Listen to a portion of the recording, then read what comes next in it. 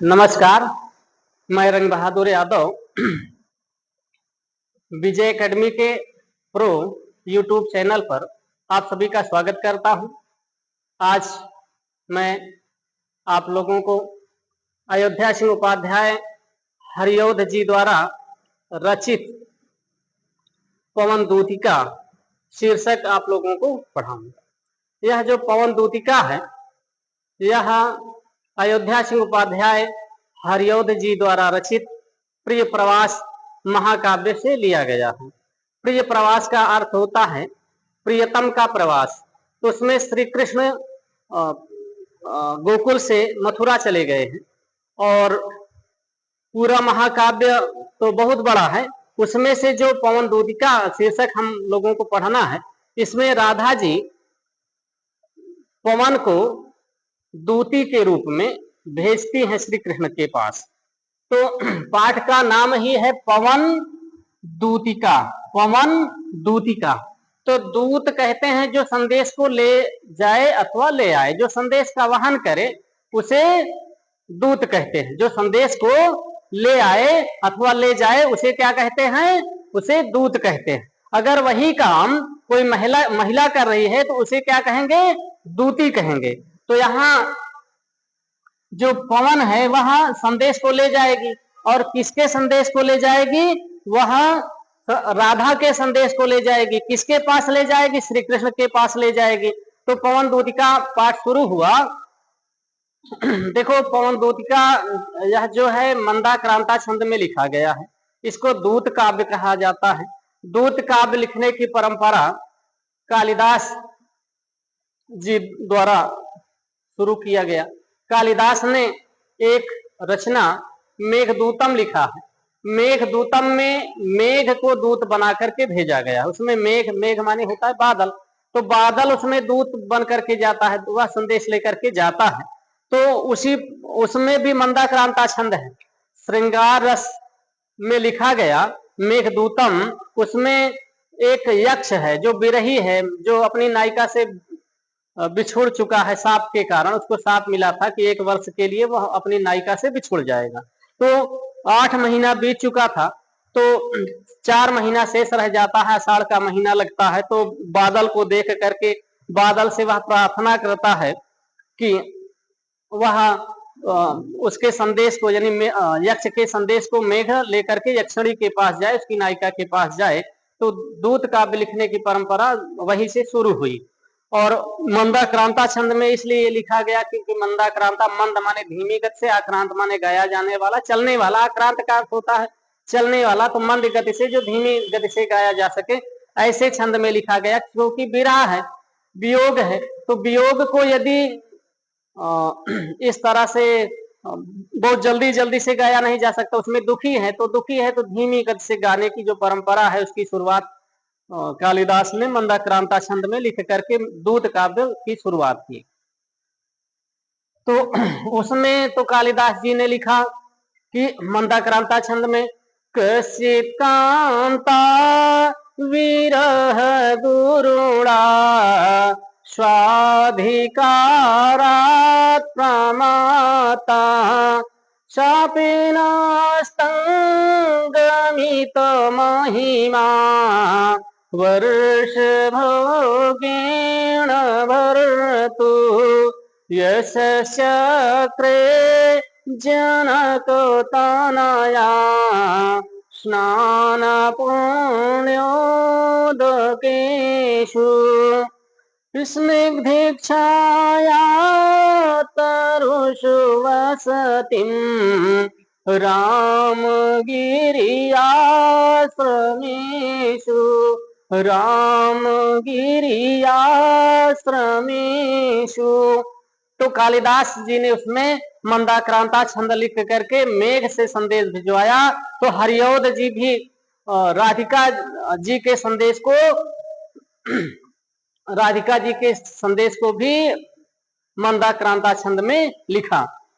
मंदाक्रांता छंद 4, 6 और 7 वर्ण पर यति देते हुए गाया जाता है। सबसे पहले 4 वर्ण पर, फिर 6 वर्ण पर, फिर सात वर्ण पर रुकते हुए, विराम देते हुए गा करके इसको पढ़ा जाता है। और धीमी गति से इसको दो स्वर में पढ़ सकते हैं। जैसे एक तो अभी पढ़े कि बैठी खिन्ना, बैठी खिन्ना या क दिवस वे गेह में थी अकेली।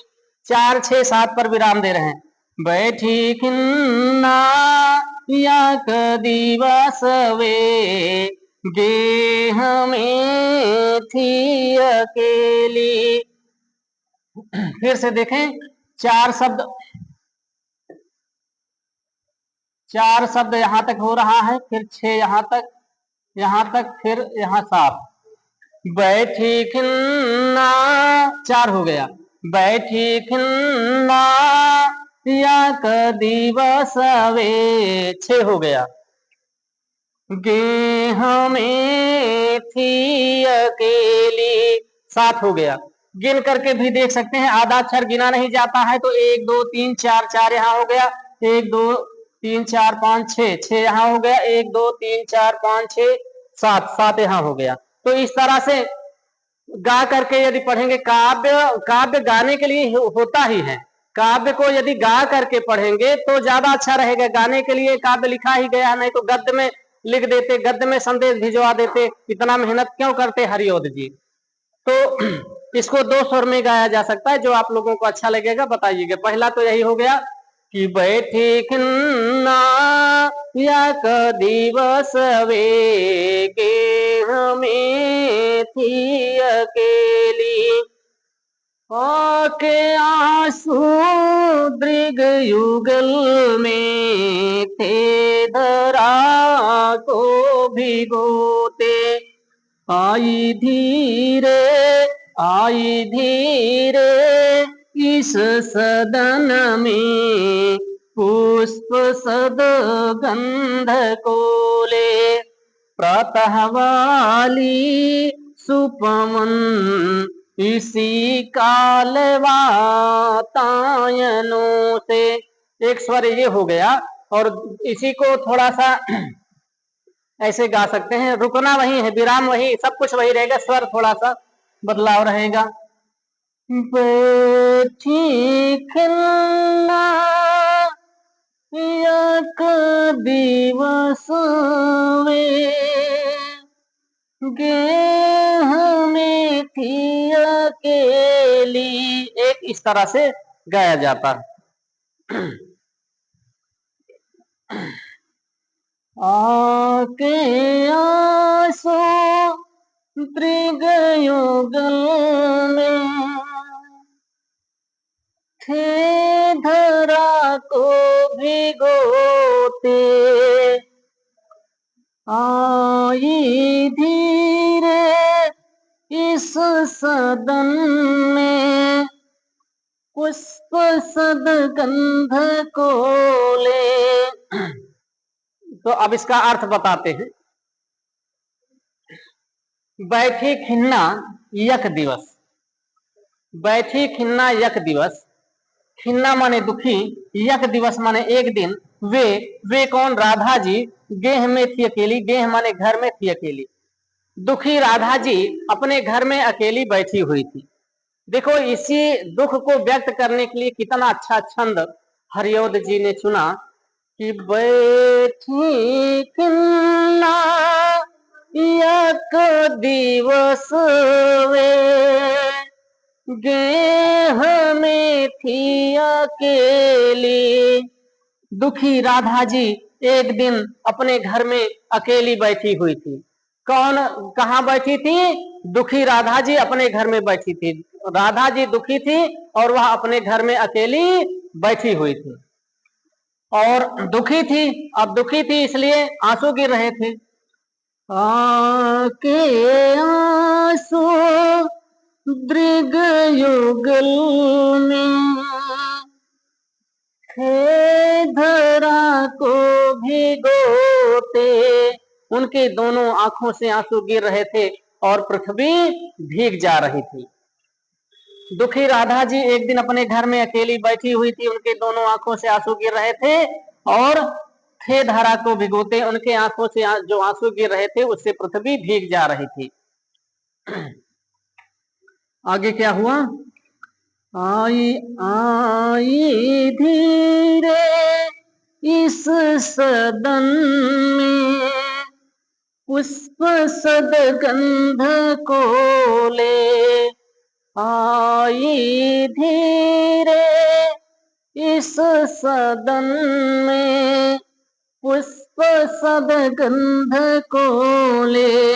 आई धीरे इस सदन में, इस सदन में, इस घर में, आई धीरे इस सदन में, इस घर में धीरे से आ गई, पुष्प सदगंध को ले, पुष्प के सुगंध को लेकर के आ गई। कौन आ गई? प्रातः वाली सुपमन इसी काल वातायनों से। प्रातः वाली सुपवन, प्रातः वाली सुंदर हवा, इसी काल यानी इसी समय, वातायन माने खिड़की से। वातायन का अर्थ होता है खिड़की, वात माने हवा, आयन का अर्थ जिस रास्ते से आए, तो वात माने हवा, हवा किस रास्ते से आ रही? खिड़की से, तो वातायन का अर्थ हो गया खिड़की, खिड़की। आई धीरे इस सदन में, धीरे से इस घर में आ गई, पुष्प सदगंध को ले, पुष्प के सुगंध को लेकर के, पुष्प के सुगंध को लेकर इस घर में धीरे से आ गई। कौन आ गई? प्रातः वाली सुपवन, प्रातः वाली सुंदर हवा, इसी काल यानी इसी समय, वातायन माने खिड़की से, इसी समय खिड़की से पुष्प के सुगंध को लेकर के धीरे से प्रातः वाली सुंदर हवा घर के अंदर आ गई। पूरी बात सुने कि बैठी खिन्ना एक दिवस वे गेह में थी अकेली, दुखी राधा जी, दुखी राधा जी एक दिन अपने घर में अकेली बैठी हुई थी। उसी समय प्रातः वाली सुंदर हवा, नहीं फिर से देखें कि दुखी राधा जी एक दिन अपने घर में अकेली बैठी हुई थी, उनके दोनों आंखों से आंसू गिर रहे थे और पृथ्वी भीग जा रही थी। आंसू गिर रहे थे, आंसू के गिरने से पृथ्वी भीग जा रही थी। और उसी समय क्या हुआ कि आई धीरे इस सदन में पुष्प सदगंध को ले, प्रातः वाली सुपवन इसी काल वातायनों से। उसी समय क्या हुआ? आई धीरे इस सदन में, धीरे से इस घर में आ गई, पुष्प सदगंध को ले, पुष्प के सुगंध को लेकर के, प्रातः वाली सुपवन इसी काल वातायनों से। दुखी राधा जी अपने घर में अकेली बैठी हुई थी, उनके दोनों आंखों से आंसू गिर रहे थे, पृथ्वी भीग जा रही थी। उसी समय प्रातः वाली सुंदर हवा खिड़की के रास्ते से पुष्प के सुगंध को लेकर के धीरे से घर के अंदर आ गई। अब इतना सबके समझ में आ गया होगा। ठीक, अब आगे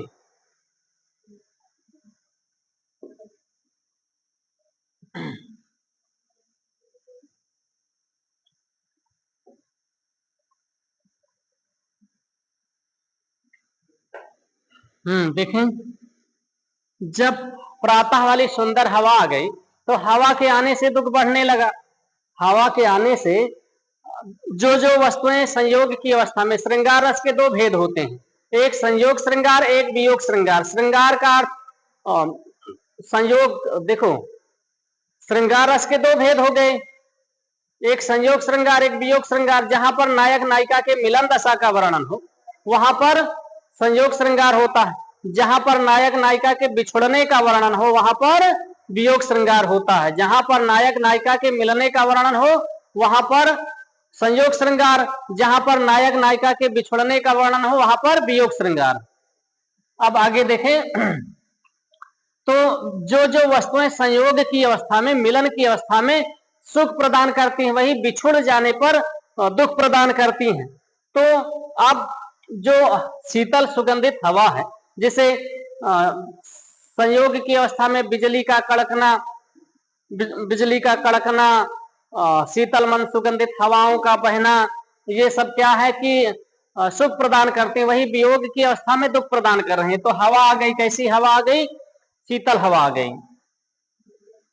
संतापों को जब हवा आ गई, शीतल हवा आ गई, तो राधा जी का दुख बढ़ने लगा। किसका दुख बढ़ने लगा? राधा जी का दुख बढ़ने लगा। क्यों बढ़ने लगा? क्योंकि शीतल मन सुगंधित हवा आ गई। अब देखो, जैसे इसमें प्रश्न पूछा जा सकता है कि कौन कौन अकेली बैठी है? तो राधा जी बैठी है। कहाँ बैठी हैं? अपने घर में बैठी हैं। कैसी हैं? तो दुखी हैं। और किसके आंखों से आंसू गिर रहे हैं? राधा जी के आंखों से आंसू गिर रहे हैं। राधा जी क्यों दुखी हैं? अपने प्रियतम श्री कृष्ण के वियोग में दुखी हैं। कौन पृथ्वी को भिगो दे रहे थे? तो राधा जी के आंखों से गिरने वाले आंसू पृथ्वी को भिगो दे रहे थे। धीर राधा जी, दुखी राधा जी कहाँ बैठी थी? अपने घर में बैठी थी। राधा जी जब दुखी थी उसी समय कौन आ गया? तो उसी समय प्रातः वाली सुंदर हवा आ गई। सुंदर हवा किस रास्ते से आई? तो खिड़की के रास्ते से आई घर के अंदर। सुंदर हवा क्या लेकर के आई? तो सुंदर हवा वो पुष्प के सुगंध को लेकर के आ गई। जब पुष्प के सुगंध को लेकर के सुंदर हवा आ गई तो राधा जी पर क्या प्रतिक्रिया हुई? राधा जी का दुख बढ़ने लगा। और राधा जी का जब दुख बढ़ने लगा तो आगे देखें, संतापों को विपुल बढ़ता देख के दुखिता हो, धीरे बोली सदुख उससे श्रीमती राधिकायों। संतापों को विपुल बढ़ता देख के दुखिता हो, दुख को अधिक बढ़ता हुआ देखकर, संतापों को विपुल बढ़ता देख के जब शीतल मन सुगंधित हवा आ गई, हवा आई, प्रातः वाली हवा आई तो शीतल हवा आई, तो प्रातः वाली शीतल हवा वो भी सुगंध को लेकर के आ गई तो राधा का दुख बढ़ने लगा। तो राधा जी का जब दुख बढ़ने लगा तो संतापों को विपुल बढ़ता देख करके, संतापों को विपुल बढ़ता देख के दुखिता हो, दुख को और अधिक बढ़ता हुआ देख करके दुखी होकर के धीरे बोली सुदुख उससे श्रीमती राधिकायों। धीरे बोली सदुख उससे श्रीमती राधिकायों, दुख को अधिक बढ़ता हुआ देख करके दुखी होकर के धीरे बोली सदुख उससे, धीरे से दुख के साथ, यानी दुखी होकर के उससे, यानी हवा से, पवन से श्रीमती राधिका जी इस प्रकार से बोली। जब दुख बढ़ने लगा तो दुख को बढ़ता हुआ देख करके दुखी होकर के श्रीमती राधा जी उस पवन से इस प्रकार बोली, हवा से इस प्रकार बोली। क्या बोली? प्यारी प्रातः पवन इतना क्यों मुझे है सताती, प्यारी प्रातः पवन इतना क्यों मुझे है सताती। अय प्यारी, प्यारी प्रातः पवन, प्रातः वाली अय प्यारी प्यारी हवा तो मुझे इतना क्यों सता रही है।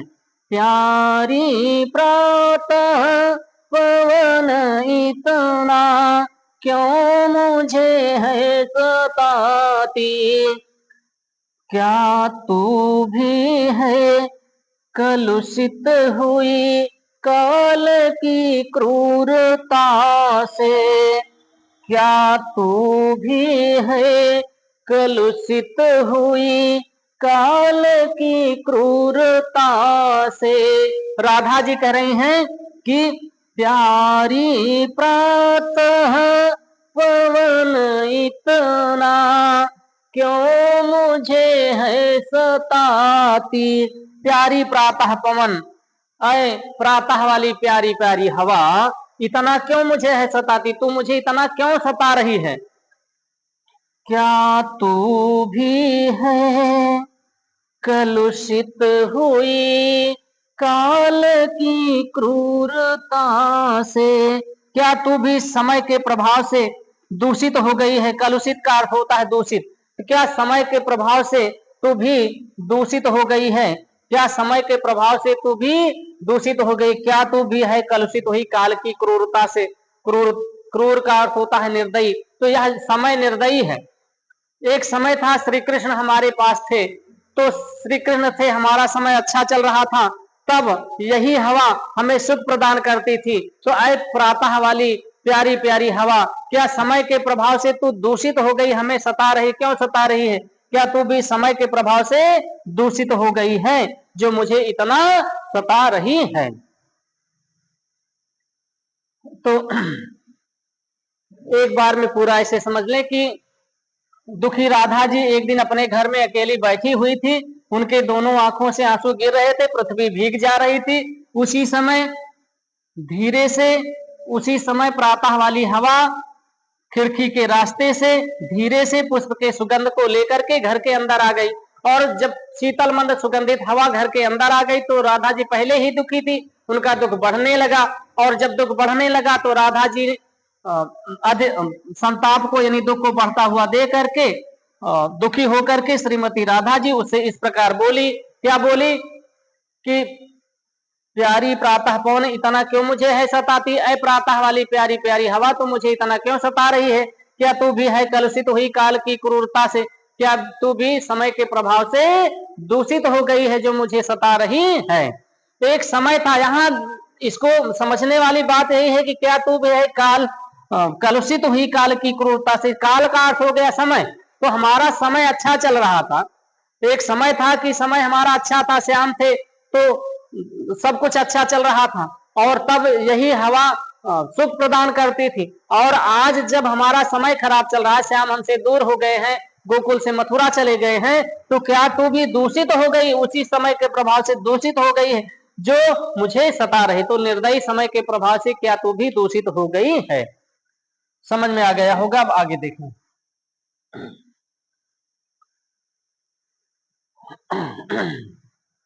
अब इसमें देखो, राधा जी अपने दुख को, अपने दुख को पवन से बताएंगी।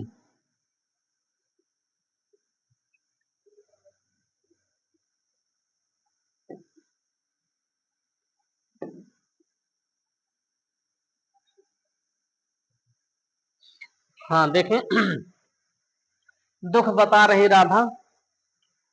मेरे मेरे प्यारे नव जलद से कंज से नेत्र वाले। एक तो ये स्वर हो गया, इसके पहले जो कहे थे अगर वो अच्छा लगे तो, मेरे प्यारे नव जलद से, मेरे प्यारे नव जलद से कंज से नेत्र वाले, जाके आए न मधुबन से कौन भेजा संदेशा, मैं रो के प्रिय विरह से बावली हो रही हूँ, जाके मेरी सब दुख कथा श्याम को तू सुना दे।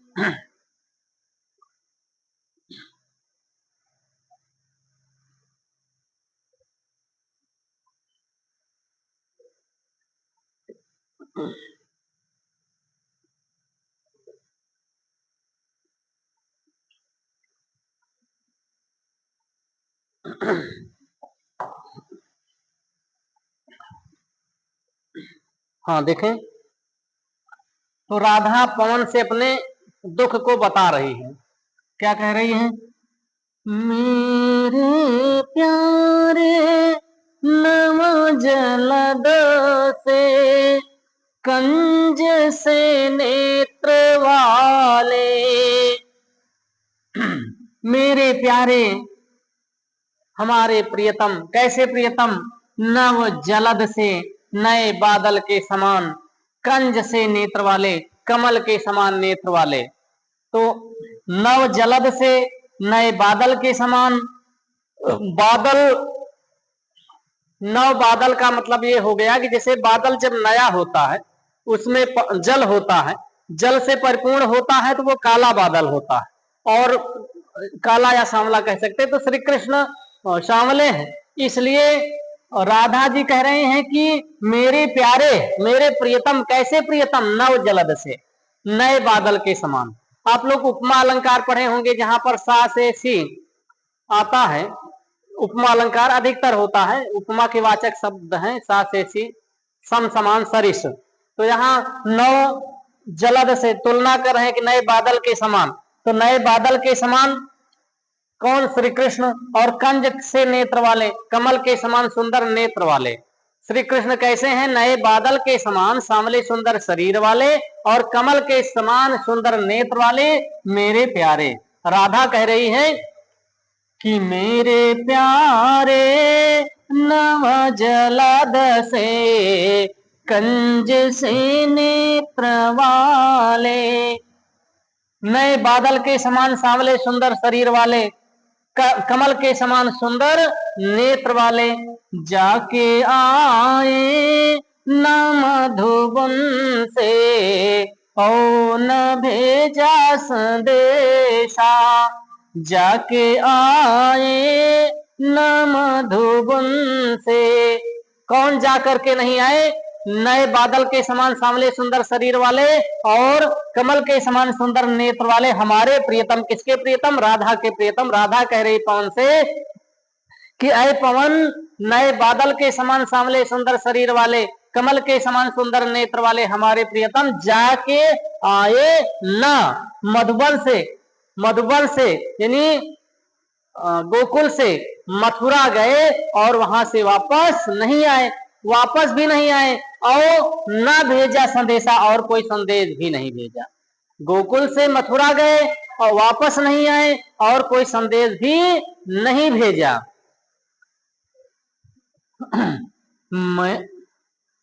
मैं रो रो के प्रिय विरह से बावली हो रही हूँ। मैं अपने प्रियतम के वियोग में रो रो करके पागल होती जा रही हूँ। राधा कह रही कि हमारे प्रियतम गोकुल से मथुरा गए और वहां से वापस भी नहीं आए, कोई संदेश भी नहीं भेजा। मैं उनकी याद में मैं रो रो करके पागल होती जा रही हूँ। तो जाके मेरी सब दुख कथा श्याम को तू सुना दे, जाके मेरी सब दुख कथा श्याम को तू सुना दे। तो जा करके मेरी दुख की सारी बातों को, सारी घटना को श्याम को सुना दे। समझ में आ गया होगा कि राधा कह रही कि मेरे प्रियतम नए बादल के समान सांवले सुंदर शरीर वाले, कमल के समान सुंदर नेत्र वाले हमारे प्रियतम जाके आए न मधुबन से, गोकुल से मथुरा गए और वहां से वापस नहीं आए और कोई संदेश भी नहीं भेजा। मैं रो रो करके प्रिय विरह में बावली हो रही हूँ। मैं अपने प्रियतम के वियोग में रो रो करके पागल होती जा रही हूँ। जाके मेरी सब दुख कथा श्याम को तू सुना दे, जा करके मेरी दुख की सारी घटना को श्याम को तू बता दे। आगे क्या कह रही हैं? जो ही मेरा भवन तज, जो ही मेरा भवन तज, तू अल्प आगे बढ़ेगी। जो ही मेरा भवन तज, तू अल्प आगे बढ़ेगी। देखो 4 वर्ण पर विराम दे रहे हैं। जो ही मेरा भवन तज, तू अल्प आगे बढ़ेगी। शोभा वाली सुखद कितनी मंजू कुंजे मिलेंगी। प्यारी छाया मृदुल स्वर से मोह लेंगी तुझे वे। तो भी मेरा दुख लखवा जान विश्राम लेना।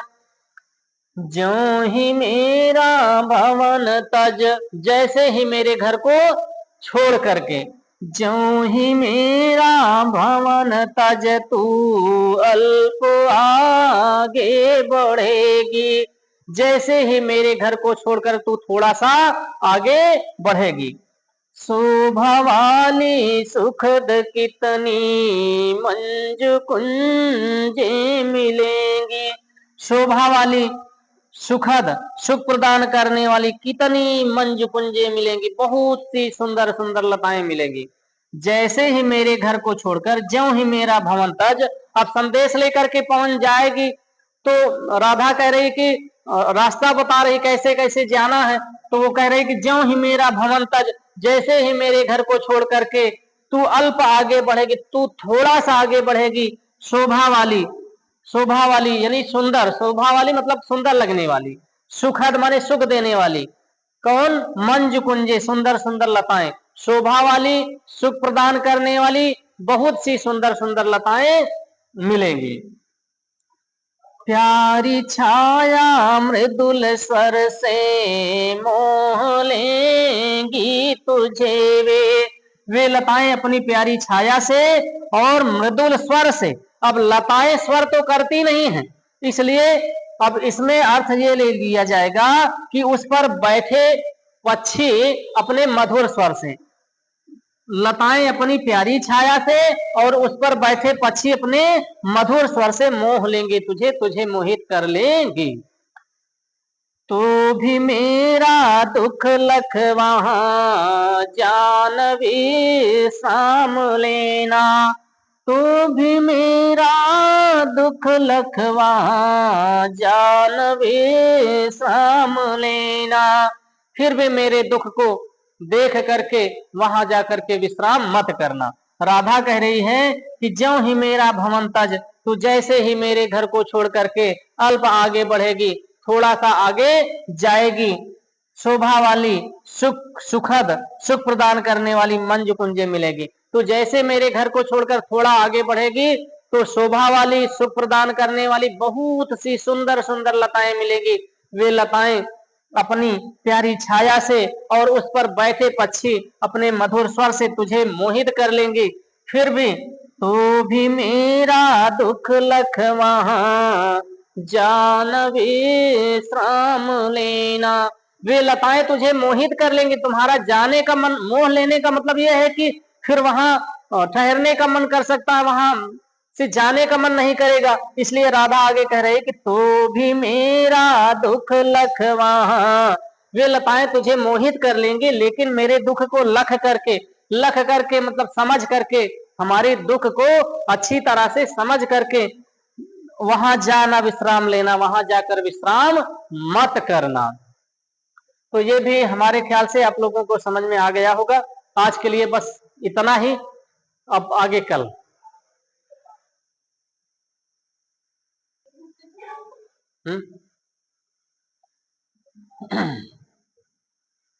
थोड़ा आगे सरसरों का थोड़ा इधर है क्या? आप सही है। थोड़ा आगे सरसरों का धाम सत पुष्प वाला, अच्छे अच्छे बहुद्रुम लतावान सौंदर्यशाली, प्यार वृंदा विपिन, प्यारा वृंदा विपिन मन को मुग्धकारी मिलेगा, आना जाना इस विपिन से मुहिया माना न होना। जात हाँ देखें आगे फिर क्या कह रही राधा कि थोड़ा आगे सरसरों का धाम सत पुष्प वाला। राधा कह रही कि थोड़ा आगे, थोड़ा आगे सरसरों का धाम।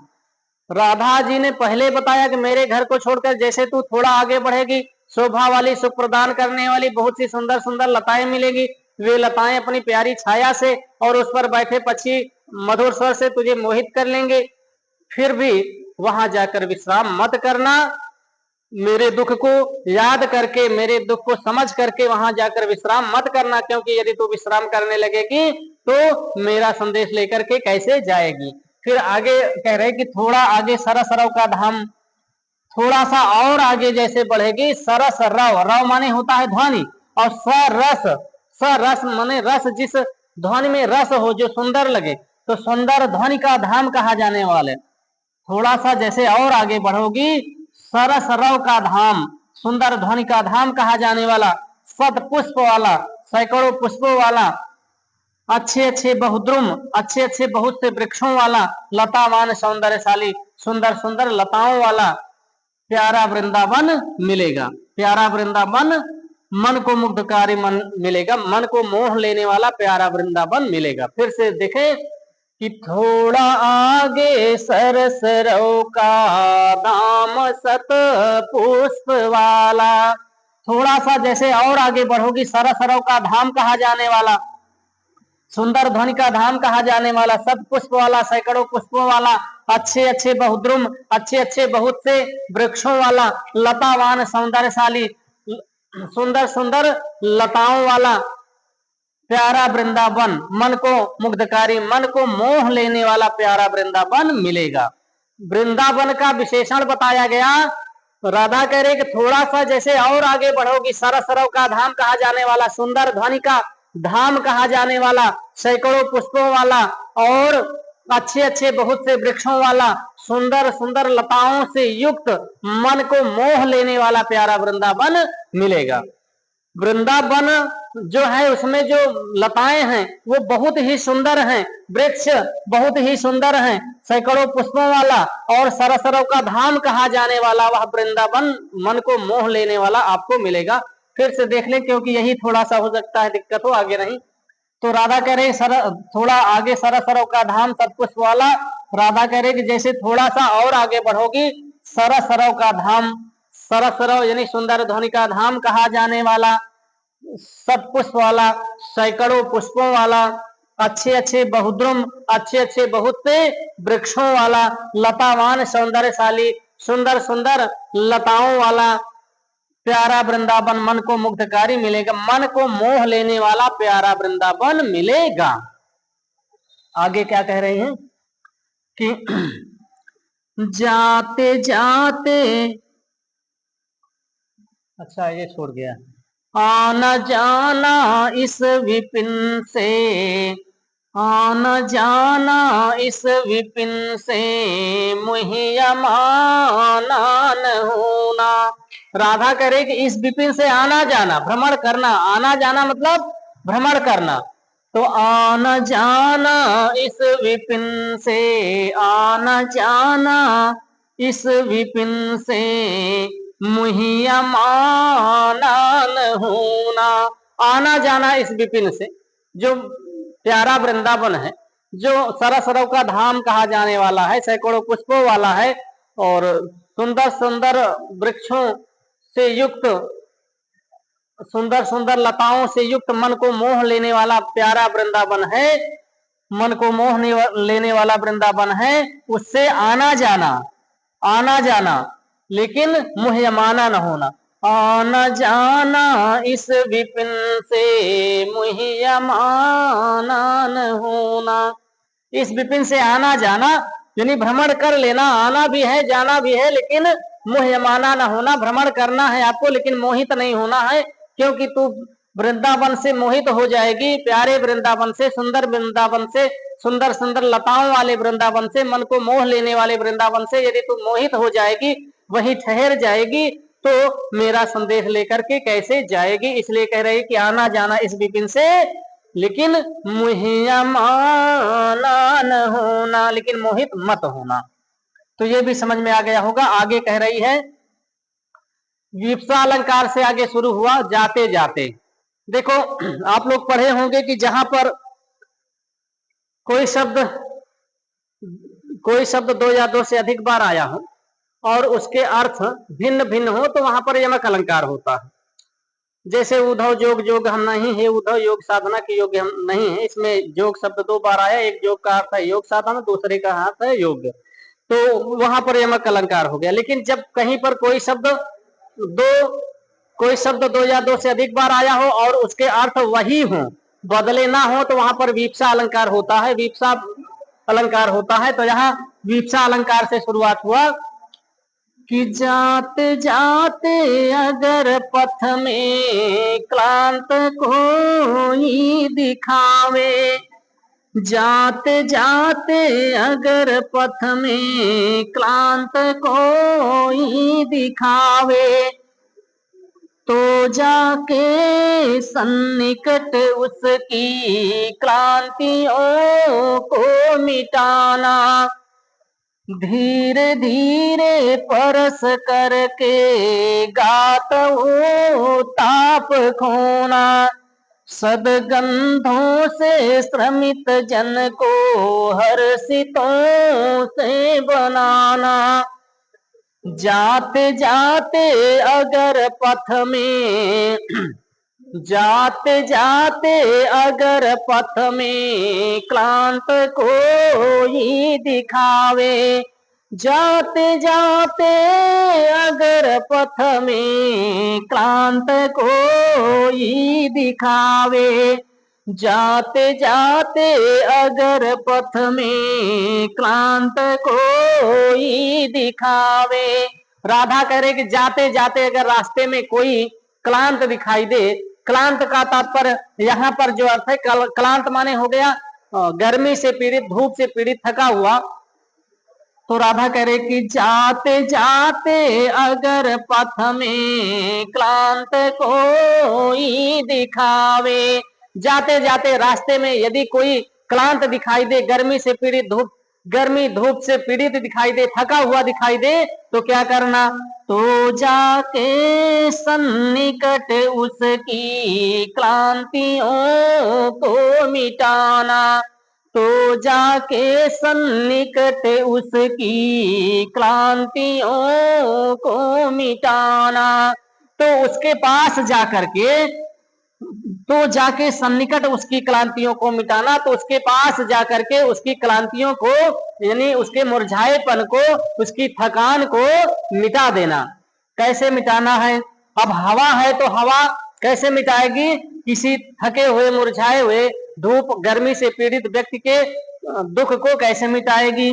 धीरे धीरे परस करके गात वो ताप खोना, धीरे धीरे परस करके, धीरे धीरे स्पर्श करके। अब कोई धूप या गर्मी से पीड़ित है, धूप गर्मी से पीड़ित है, थका हुआ, मुरझाया हुआ है, तो हवा जब उसको स्पर्श करेगी तो उसका दुख दूर हो जाएगा, उसकी गर्मी दूर हो जाएगी, गर्मी दूर होगी, थकान दूर होगा, दुख दूर होगा। तो राधा कह रही है धीरे धीरे परस करके, धीरे धीरे स्पर्श करके, उस धीरे धीरे परस करके गात वो ताप खोना, धीरे धीरे स्पर्श करके उसके शरीर को, गात माने शरीर हो गया, उत्ताप माने कष्ट हो गया, गर्मी हो गया, उत्ताप का अर्थ हो गया गर्मी या कष्ट, तो उसके धीरे धीरे स्पर्श करके गात वो ताप खोना, शरीर की थकान को, शरीर की गर्मी को, मुरझाएपन को मिटा देना। सदगंधों से श्रमित जन को हर्षितों सा बनाना, सदगंधों से श्रमित जन को हर्षितों सा बनाना, सदगंधों से श्रमित जन को, सदगंध से, अपनी सुगंध से, सदगंधों से श्रमित जन को हर्षितों सा बनाना, अपनी सुगंध से, सदगंध से, सदगंध से श्रमित जन को, थके हुए लोगों को हर्षितों सा बनाना, उन्हें प्रसन्न कर देना।